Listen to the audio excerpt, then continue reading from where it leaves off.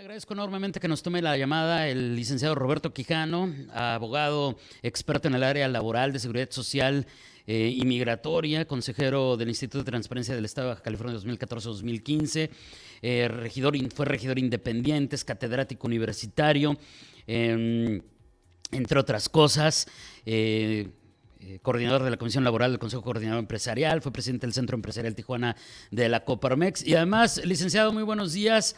A partir de ayer, presidente del Consejo Ciudadano de Seguridad Pública de Baja California. Así es, David. Gracias por el espacio, como siempre, y tu generosidad hacia mi persona. Un fuerte abrazo y saludos. Gracias. Oye, licenciado, es que hay un tema bien importante, pero pues tampoco puedo dejar de lado platicar contigo del Consejo Ciudadano.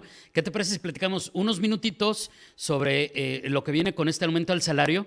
Y después te pido algunos posicionamientos respecto a tu nuevo cargo en el Consejo Ciudadano de Seguridad Pública Estatal. Digo, pues no te puedo dejar ir así, ¿verdad? A ver, vemos que hay claroscuros en el anuncio de que va a aumentar el salario mínimo el 22% en el 2022. Y habría que entender, según el avance que nos mandaste, habría que entender qué representa esto en cuanto a la carga para los patrones, pero también las limitantes, porque como la vez pasada que anunciaron un aumento del salario mínimo, pues no es para todos. Vamos por partes. ¿Qué será lo más importante, licenciado? Mira, sí, David. Bueno, se reforma la Ley Federal del Trabajo, concretamente la ley que regula la Comisión Nacional de Salarios Mínimos, que es la que determina año tras año cuál es el aumento para el año inmediato siguiente. Y la ley dice que el aumento del salario mínimo debe ser cuando menos la inflación del año anterior, es decir, si en el 2021 tuvimos una inflación o vamos a tener una inflación de entre un 7 y un 10%, cuando menos el aumento del salario mínimo debió haber sido esa cantidad. Sin embargo, pues bueno, ante la sorpresa de muchos, el incremento del salario mínimo se vuelve en un 22%, el cual habrá que verlo bajo dos ópticas. Primero, la óptica de la justicia social, la óptica del trabajador, la óptica de la necesidad de que el trabajador gane más, y es totalmente justificable, el trabajador debe de ganar más dinero. México ocupa, ya lo hemos comentado, uno de los últimos lugares en salarios mínimos. Te aclaro que en Baja California poca gente gana el salario mínimo, hay prestaciones, y en Baja California estamos más o menos como en un 40% arriba del salario mínimo. Ese es el promedio que se gana en Baja California. Sin embargo, desde el otro punto de vista de negocio, pues bueno, el impacto para las empresas es un impacto brutal.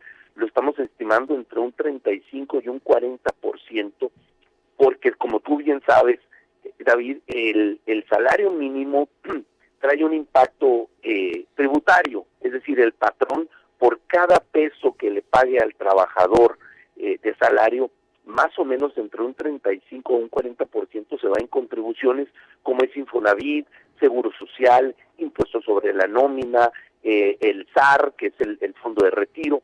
O sea, el impacto para el patrón no es del 22%, es cerca del 35%. Entonces, es una situación muy grave, sobre todo, David, que habrá que recordar que el 85% de las empresas en México, y Tijuana y Baja California no es la excepción, son microempresas, es decir, empresas que tienen 2 empleados, hasta 5 empleados. Imagínate un abarrote, un salón de belleza, una farmacia, un estacionamiento, donde hay 1 o 2 empleados. Entonces, de la noche a la mañana, que el patrón se vea obligado que su costo real va a ser un 35% más, es grave, ¿no? Es muy, muy grave. En la Coparmex siempre hemos dicho que nuestra chamba como empresarios es cuidar el empleo, ¿sí? No el empleado ni al empleador. Tenemos que cuidar el empleo, que el empleo permanezca, un empleo digno, bien pagado, con seguridad social. Y esto desafortunadamente pudiera provocar una situación de carácter de informalidad, porque la carga fiscal va a ser brutal para el patrón. Y aquí en la frontera, ¿cómo quedarían esos numeritos, ese salario mínimo? ¿Y qué significa en términos prácticos esto último que dices, licenciado? Esto que va a generar más informalidad. Digo, lo primero que pensé es, pues mejor nos arreglamos tú y yo y te doy el dinero en cash, así ni tú ni yo. O sea, no sé si vaya por ahí. Sí, mira, Sí, en la frontera existe un solo salario mínimo, esa es la verdad. En el centro del país sí existen lo que se llaman los salarios mínimos y los salarios mínimos profesionales. Hay un catálogo de cerca de 70 salarios mínimos profesionales, mecánicos, electricistas, enfermeras, gente que atiende cierto tipo de negocios. Sin embargo, en la frontera el salario mínimo es todos ganan la misma cantidad, ¿no? Y indudablemente, vuelvo al tema, ¿no? La carga fiscal del patrón siempre ha sido muy fuerte. Y lo irónico de esto, David, es que en Coparmex, creo que todos vamos a estar de acuerdo, si no es que la mayoría, es que todos estamos obligados al pago al gasto público, ¿no? A pagar impuestos. Sin embargo, los servicios que recibimos no son en esa medida. ¿Sí me explico? El seguro social no va a mejorar, las calles no van a mejorar, la seguridad pública, que ahorita tocamos el tema, no va a mejorar porque paguemos más impuestos. Entonces, lo que los gringos llaman la accountability, ¿no? El compensar. Si yo pago más impuestos, vamos a pagar impuestos como en Finlandia, como en Suecia, si tengo servicios de esa calidad. Si pago impuestos como en esos países y sigo recibiendo los mismos servicios, pues qué carambas, no creo que no se justifica ningún incremento. Uh-huh. ¿Y lo de la informalidad cómo viene? Bueno, muy grave, muy grave. Te vuelvo a decir, más del 80% de los negocios en el país son microempresas, e indudablemente que el patrón, muchos patrones no van a poder con esa carga financiera. En una reunión tuya y mía anterior, en una entrevista, te comentaba que Baja California tiene altos índices de informalidad, no tan altos como en el resto del país. Estamos en el top 3 de empleo formal, ¿sí? Sin embargo, pues esto nos va a hacer caer no solamente a nosotros, sino a muchos otros negocios pequeños que no van a poder aguantar este incremento. Y si nos pudieras explicar el punto de la inflación, licenciado, ¿por qué se está poniendo sobre la mesa esta preocupación? ¿Qué tiene que ver todo esto que nos acabas de explicar con que se incremente todavía más la inflación en nuestro país para el año que entra? Mira, es un punto bien importante que toca, fíjate, la inflación, bueno, el país va a terminar con una inflación de alrededor del 10%, lo cual es una de las inflaciones más altas de los últimos 20 años. Y pues bueno, el aumento a los salarios en tal porcentaje, el patrón no lo va a poder absorber en la mayoría de los casos, ¿no? Entonces, el consumidor final es el que termina pagando o cubriendo precisamente este incremento. Entonces, y el patrón no se va a esperar, el comerciante en pequeño no se va a esperar el 1 de enero, porque ya sabe que a partir del 1 de enero va a tener que incrementar los salarios de su personal y puede decir, ¿a qué carambas, no? Mejor lo aumento mis precios de una vez para estar preparado a partir del 1 de enero. Y sí, va a ser una gran presión inflacionaria, sobre todo quienes vivimos en la frontera, ¿no? Que pues nuestra referencia, para bien o para mal, muchas veces es el mercado norteamericano. Sí, y creo que la parte más interesante, bueno, que a mí me parece más interesante, obviamente al público, cada quien tendrá sus propios puntos de vista, es esto que explicabas. Pues bueno, a lo mejor un gran corporativo, una gran empresa tendrá que hacer ajustes mínimos, pero pues un microempresario, el que tiene su changarrito, pues es el que más la va a sufrir para lograr el equilibrio, porque finalmente están esos efectos sobre la mesa. Sí, imagínate un propietario de una tienda de abarrotes que tiene 3 empleados, que de un día para otro se le incrementa su nómina en un 40%. O sea, es imposible que no lo repercute en sus precios. Claro. ¿Verdad? Y desafortunadamente el consumidor final es el que termina absorbiendo esos incrementos, y no lo quiero decir de manera incómoda, pero este incremento al salario mínimo pues va a ser rebasado de manera inmediata, ¿no? No, pues, híjole, pues ni modo, pues digo el híjole por el asunto de que no es muy optimista este futuro en este aspecto, y me hiciste recordar, licenciado, pues el asunto de algunos nuevos impuestos que se están generando y que en su momento platicamos sobre, por ejemplo, de las plataformas de streaming, y dicen, no, es que esto no le afecta a los consumidores, solamente a estas empresas. Pues sí, pero la empresa se lo va a prorratear en el precio a sus consumidores. Totalmente. Entonces, ahí el fondo de todo esto. Oye, estamos platicando esta mañana con el licenciado Roberto Quijano. Oye, licenciado, te decía, también quiero platicar, aunque sea un par de minutos contigo, respecto a tu nueva responsabilidad. Ayer fuiste nombrado presidente del Consejo Ciudadano de Seguridad Pública de Baja California, cambiando radicalmente de tema. Y aquí te pediría tu posicionamiento como nuevo encargado de esta área. ¿Qué es lo que viene? ¿Cuáles son los retos? Pero también en el contexto del otro gran anuncio de ayer, que fue la renuncia efectiva a partir del viernes del fiscal estatal. Sí, gracias, David. Pues mira, el Consejo Ciudadano de Seguridad Pública que atinadamente dirigió Juan Manuel Hernández Niebla, en varias ocasiones yo vi que le diste tú los espacios, ¿no? Y a nombre del Consejo, darte las gracias. El Consejo Ciudadano de Seguridad Pública lo ordena la Constitución Federal. Todos los estados tienen consejos estatales. Está formado por 8 personas. Esas 8 personas son los comités municipales de cada uno de los municipios del estado: Tijuana, Mexicali, Ensenada, Rosarito y Ensenada.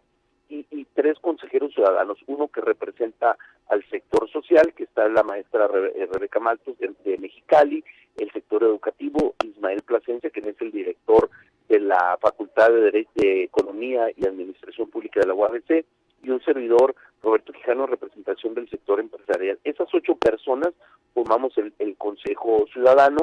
Es independiente, es autónomo, no dependemos de nadie. Y pues bueno, básicamente la función de este consejo es revisar las políticas públicas, proponer nuevas políticas públicas, y pues bueno, revisar la incidencia delictiva, que es un tema pues, sumamente delicado.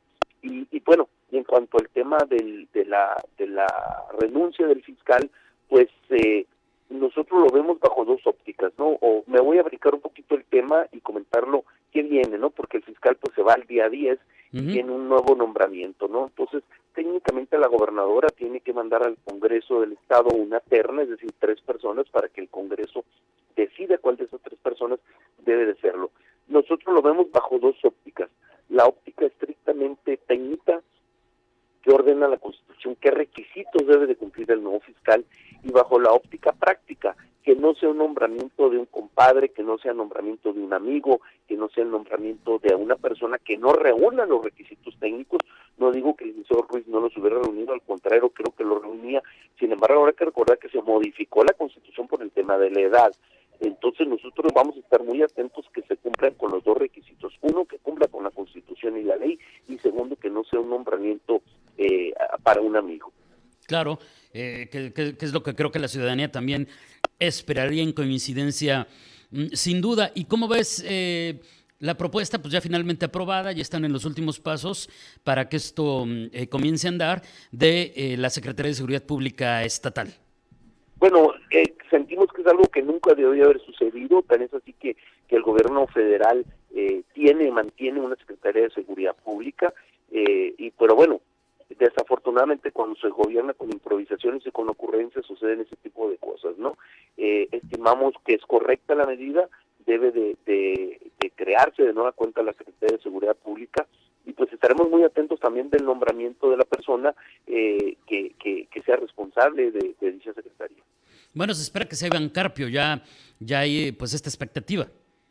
Sí, así es, creo que hemos tenido un par de reuniones con él, creemos que sí reúne el requisito, la experiencia ha dado resultados en el tema antisecuestros, creo que en esa área es importante, y pues que también la población entienda que la Fiscalía tiene el tema de la persecución de los delitos, de la investigación, y la Secretaría de Seguridad Pública tiene la finalidad de la prevención del delito y la seguridad en general. Entonces son atribuciones distintas y tan importante uno como el otro. Muy bien, pues conforme vayan llegando esas temáticas a Baja California, las definiciones me refiero, pues te estaremos echando un grito si nos los permites, licenciado. Con mucho gusto, David, como siempre muy agradecido por el espacio, a ti y a tu equipo de trabajo, y estamos a sus órdenes. Muchas gracias y muy buenos días. Buenos días, David. Es el licenciado Roberto Quijano, es experto en el tema de justicia laboral, del derecho laboral, ha sido regidor independiente, ha sido consejero en materia de transparencia, coordinador de la Comisión Laboral del Consejo Coordinador Empresarial, ha sido presidente de la Coparmex Tijuana, y hoy por hoy, con este nuevo encargo, nuevo presidente del Consejo Ciudadano de Seguridad Pública de Baja California hasta el 2023, hasta diciembre del 2023. Son 2 años de actividades que vienen de frente y de los que estaremos muy, muy atentos.